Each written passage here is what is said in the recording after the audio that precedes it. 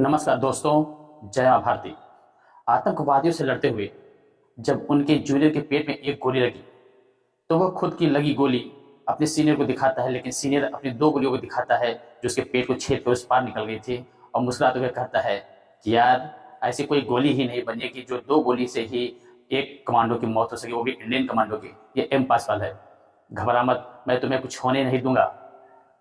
और ये जो ऑपरेशन चल रहा है ज्यादा समय तक अब चलने वाला नहीं है। यह कहते हुए ऐसे आतंकवादी को ऊपर कूद पड़ता है जैसे कि कोई शेर कई हफ्तों से भूखा पड़ा हो। जयदेव डांगी हरियाणा में जन्म लेते हैं। जन्म के 4 साल बाद ही इनके पिता इस दुनिया को छोड़कर चले जाते हैं। जयदेव डांगी का बचपन से एक सपना था कि वह भारतीय सेना में शामिल। इंटर की परीक्षा पास करने के बाद ये एनडीए की परीक्षा देते हैं और उसमें इनका चयन हो जाता है। चयन होने के बाद इनको देहरादून में ट्रेनिंग के लिए भेजा जाता है। वहां के टॉपर्स में से एक होते हैं। जब यह ट्रेनिंग करके बाहर निकलते हैं तो इनकी पहली पोस्टिंग पुलवामा में होती है, जो कि एक आतंकवादी गढ़ है। लगभग 4 महीने बाद इनकी शादी रीतू नाम की लड़की से होने वाली थी। जब कभी रीतू का फोन आता तो ये उस फोन को लेकर के दूसरी तरफ चले जाते थे। इनके बाकी कमांडो साथी इनका खूब मजा लेते थे। उस समय एक परंपरा थी कि जो कमांडो साथी में से अगर किसी की शादी फिक्स हो चुकी है और वह शादी के लिए अपने घर जाने वाला है तो ऐसी स्थिति में लोग उनको कंधे पर बिठा करके स्टेशन तक छोड़ने ले जाते थे। ऐसा ही दिन जयदेव डांगी के जीवन में आने वाला था। ऐसे ही 19 जून 2014 के दिन वह रीतू से बात कर रहे थे, लेकिन आज उनका मन बातचीत में बिल्कुल नहीं लग रहा था। इस भावना को रीतू समझ रही थी और पूछ रही है कि क्या बात है, वहां पर माहौल ठीक तो है। इधर डांगी महोदय कहते नहीं नहीं कोई बात नहीं, अभी मैं आपको थोड़ी देर बाद फोन करता हूं। यह कहते हुए हड़बड़ी में फोन काट देते हैं। रीतू बुरी तरह घबरा जाती है क्योंकि पिछले महीने की 5 तारीख को ऐसे ही कैप्टन डांगी ने हड़बड़ी में बीच में ही फोन काट दिया था। रीतू ने उसी रात टीवी पर देखा था कि बॉर्डर पर भारतीय फौजियों ने एक पाकिस्तानी मिलिटेंट को मार गिराया है। रीतू इस बात को अच्छे तरीके से जानती थी कि वह आम आदमी नहीं है, बल्कि पैरा एसएफ के कमांडो से मैं शादी करने जा रही हूँ, जिसका काम ही है आतंकवादियों का शिकार करना। लेकिन फिर भी 5 मई के दिन वह बहुत ज्यादा घबरा गई थी। क्या पूरी जिंदगी ऐसे ही घबरा घबरा के कटने वाली थी? यह सोचते हुए रीतू कैप्टन डांगी के कॉल का इंतजार कर रही है और बार बार फोन को देखती रहती।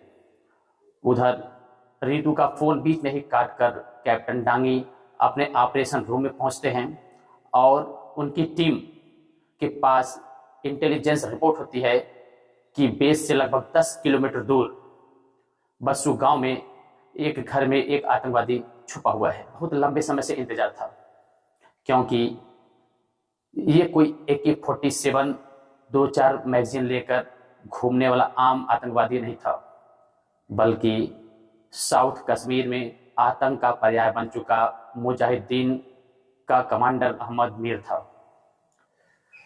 कैप्टन डांगी बहुत समय से इसको पकड़ने का प्रयास कर रहे थे, लेकिन हर बार वह किसी ना किसी तरह इन लोगों के हाथों से बच निकलता था। डांगी किसी भी कीमत पर इस मीर को छोड़ना नहीं चाहते थे। उधर कैप्टन डांगी और उनके फ्रेंड्स अपने वाहन में बैठते हैं और उस तरफ रवाना हो जाते हैं। वहीं दूसरी तरफ रीतू का हाल बहुत ही बुरा है। उसका मन बहुत ही ज्यादा घबरा रहा था और वह भगवान के सामने हाथ जोड़कर के यही प्रार्थना कर रही थी कि सब कुछ ठीक हो जाए। पूरे रास्ते कैप्टन डांगी के दिमाग में अलग अलग विचार उमड़ रहे थे। वह काफी समय से इसके ऊपर स्टडी कर रहे थे कि किस तरह से इसको जिंदा या मुर्दा पकड़ा जाए, क्योंकि वह एक मजा हुआ मिलिटेंट था, बहुत आसानी से हाथ नहीं आ सकता था। कहीं यह कोई एम्बुश तो नहीं जो सीधा मौत के मुंह में तो हम लोग नहीं जा रहे। लेकिन आज उनसे बोला गया था कि इंटेलिजेंस जो रिपोर्ट है वह बिल्कुल प्रॉपर है। इन्हीं सब सारे विचारों को साइड में रखते हुए कैप्टन डांगी कहते हैं कि इतना रिस्क तो लेना बनता ही है।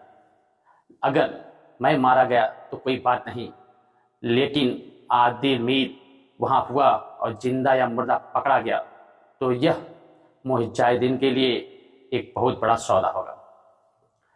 19 जून 2014 की शाम 5 बजे कैप्टन डांगी और उनकी टीम उस गांव में पहुंच जाती है।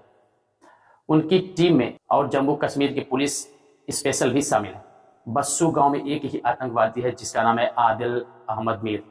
अपनी बख्तरबंद गाड़ी से उतरकर कैप्टन डांगी आगे बढ़ना शुरू कर देते हैं।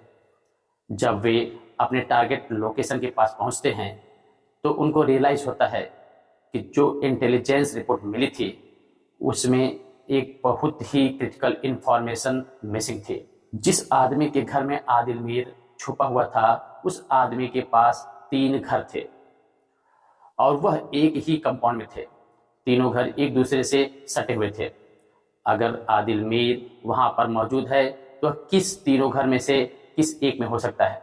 कमांडोज अपने राइफल को चेक करते हैं और शाम होने का इंतजार करते हैं। और उधर रीतू बैठे बैठे बार बार कैप्टन डांगी के फोन को मिला रही थी, लेकिन वह स्विच ऑफ आ रहा था। उसके अंदर बहुत ज्यादा घबराहट थी और भगवान से प्रार्थना भी कर रही थी कि सब कुछ अच्छा हो। कैप्टन डांगी और उनके कमांडोज अपने हेलमेट पहन लेते हैं, अपनी अपनी पोजीशन ले लेते हैं। कैप्टन डांगी का इशारा पाते ही जम्मू कश्मीर की एसओजी टीम गेट की तरफ आगे बढ़ती है और दरवाजा को खटखटाती है। 10 सेकेंड के बाद एक हट्टा कट्टा इंसान उसमें से बाहर निकलता है जो पूरी तरह से बौखलाया होता है और कैप्टन डांगी तुरंत चिल्ला करके उस आदमी से कहते हैं कि तुम अपना हथियार फेंक दो, अभी तुम्हारे पास बहुत ही समय है और अपनी आइडेंटिटी बताओ। कैप्टन डांगी कहते हैं कि अभी भी बहुत देर नहीं हुई है, अगर तुम सरेंडर करना चाहते हो तो कर सकते हो। यह आदमी कैप्टन डांगी को कोई जवाब नहीं देता और एम्बुश फायर शुरू कर देता है। लगभग 15 मीटर दूरी इन दोनों के बीच में होती है। अब पूरी मैगजीन गोलियों से बचने के लिए कैप्टन डांगी एक तरफ झुकते हैं और कहते हैं कि इसका तो खेल खत्म। दोनों कमांडो एक दूसरे की आंखों में आंख डालकर अपने सर को हिलाते हैं। यह आतंकवादी पूरे 8 सेकंड तक फायरिंग करता है और जैसे ही इसकी फायरिंग खत्म होती है वैसे ही कैप्टन डांगी और उनके कमांडोज काउंटर फायर शुरू कर देते हैं। दोनों 6-6 गोलियां चलाते हैं और 12 गोलियां उस आतंकवादी के शरीर को चीरते हुए निकल जाती हैं। आतंकवादी अपने जगह पर ही खड़ा खड़ा एक लकड़ी के पेड़ की तरह से गिर जाता है। अगर यह इंफॉर्मेशन सॉलिड था तो यह ऑपरेशन सफलतापूर्वक पूरा हो चुका था, लेकिन कैप्टन डांगी का यह मन कह रहा था कि यह ऑपरेशन इतना आसान नहीं है। ये सोच रहे थे और बाकी कमांडो चैन की सांस लिए ही थे कि लगभग 30 सेकंड बाद 2 आतंकवादी उस मकान से निकलते हैं और अपने ऑटोमेटिक AK-47 को लेकर के निकलते हैं और आतंकवादी उनके टीम के ऊपर अटैक कर देते हैं। ये दोनों आतंकवादी पिछले आतंकवादी से ज़्यादा सटीक फायरिंग कर रहे थे क्योंकि इनकी ट्रेनिंग उनसे ज़्यादा बेहतरीन थी। कैप्टन डांगी एक पतले से पेड़ के पीछे अपने को कवर करते हैं, वह ज़्यादा चौड़ा नहीं था। इसी बात का फायदा उठाते हुए आतंकवादी ताबड़तोड़ फायरिंग करते हुए पेड़ की तरफ बढ़ना शुरू कर देते हैं। अचानक कैप्टन डांगी को ऐसा लगता है कि उनकी जाग में कोई ततैया काट लिया हो। वह नीचे देखते हैं तो उन्हें पता लगता है कि AK-47 की गोली उनकी जांघ के आर पार हो चुकी है। वह जैसे ही अपना हाथ अपने घाव की तरफ बढ़ाते हैं तभी दूसरी गोली उनके पेट में आकर लगती है। गोलियों की ताबड़तोड़ बरसात के बीच कैप्टन डांगी अपने जख्मों को चेक करते हैं और जैसे ही मुकेश की तरफ मुड़ते हैं देखते हैं कि उसके पेट में भी एक गोली लग चुकी है। मुकेश को आर्मी ज्वाइन किए हुए 1 साल भी ज्वाइन, आज उसको पहली बार गोली लगी थी। कैप्टन डांगी अच्छी तरह से जानते थे कि ऐसी स्थिति में अच्छे घबरा जाते हैं, इसलिए घबराए हुए अपने जूनियर साथी का हौसला बढ़ाने के लिए कैप्टन डांगी अपने दोनों घाव को दिखाते हैं और कहते हैं, देख यहाँ पर 2-2 गोलियां लगी है, तुमको तो थोड़ी सी ही गोली छू के निकली है, घबरा मत, तुम्हें मैं कुछ नहीं होने दूंगा। ये होता है इंडियन आर्मी का आत्मविश्वास। अब कहते हैं कि 2 गोलियां इंडियन कमांडोज का कुछ भी नहीं कर सकती, यह ऑपरेशन ज़्यादा देर नहीं चलने वाला है। यह कहकर खून से लथपथ कैप्टन डांगी अपने राइफल को रीलोड करते हैं और गोलियां बरसाते हुए आतंकवादियों की तरफ बढ़ना शुरू कर देते हैं। उनकी एक गोली आतंकवादी के सिर में लगती है और वह वही ढेर हो जाता है। वैसे ही दूसरे आतंकवादी की एक गोली कैप्टन डांगी के राइफल में आके लगती है, जो बुरी तरह से डैमेज हो जाती है। जैसे ही कैप्टन डांगी मुकेश की राइफल उठाने के लिए नीचे की तरफ कूदते हैं, यह बचा हुआ आतंकवादी अपनी दाहिनी तरफ 30 मीटर दूर नहर की तरफ भागना शुरू कर देता है। यह आखिरी आतंकवादी ऊंची घास में पनाह लेते हुए उसके अंदर लेट जाता है और पेट के बल नहर की तरफ आगे बढ़ना जारी करता है। कैप्टन डांगी मुकेश की राइफल को चेक करते हैं और घास में छुपे आतंकवादी की तरफ बढ़ना शुरू कर देते हैं। पूरी तरह से जोश में भरे हुए कैप्टन डांगी आगे बढ़ ही रहे थे कि एक गोली उनके गाल को छू करके निकल जाती है। यह गोली यदि 1 इंच भी इधर या उधर होती तो सीधा कैप्टन डांगी के सिर के बीचों बीच जाकर लगती, लेकिन यह गोली आतंकवादी की एग्जैक्ट लोकेशन को बता देती है और कैप्टन डांगी एक के बाद एक करते हुए 10 गोलियां बरसाते हैं। सीधा उसके सीने पर जाकर खड़े हो जाते हैं और सारी गोलियां उसके सीने में उतार देते हैं। सरकारी गोलियों से छलने पड़ा यह आतंकवादी आदिल अहमद मीर था। कैप्टन डांगी नीचे झुक करके उसके चेहरे को गौर से देखते हैं। जब उन्हें यकीन हो जाता है कि यह आदिल मीर ही है जो मेरे सामने पड़ा हुआ है, तो एक आखिरी गोली उसके सीने में दाग देते हैं। पीछे मुकेश ज़्यादा ब्लड निकलने के बावजूद भी अभी होश में है।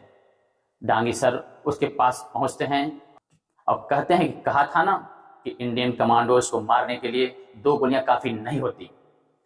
आतंकवादी की पहली गोली और डांगी सर के राइफल से निकली अंतिम गोली, जिसके बीच मात्र 3 मिनट का वक्त था, उस मीर को मौत के घाट उतार देता है।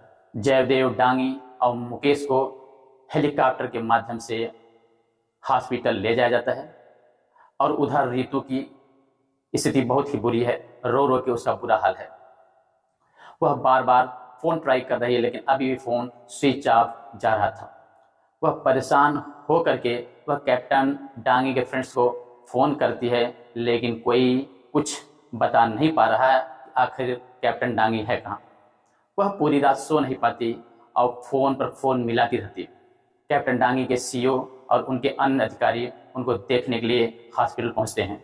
मुकेश अपने जेब से फोन निकाल करके रितु को फोन मिलाता है, कैप्टन डांगी को फोन दे देता है। रितु से बात होती है और कैप्टन डांगी बस इतना ही कहते हैं कि मैं ठीक हूँ, मुझे कुछ नहीं हुआ है, 2 दिन बाद मैं फिर फोन करूंगा। इतना कहकर वो फोन काट देते हैं।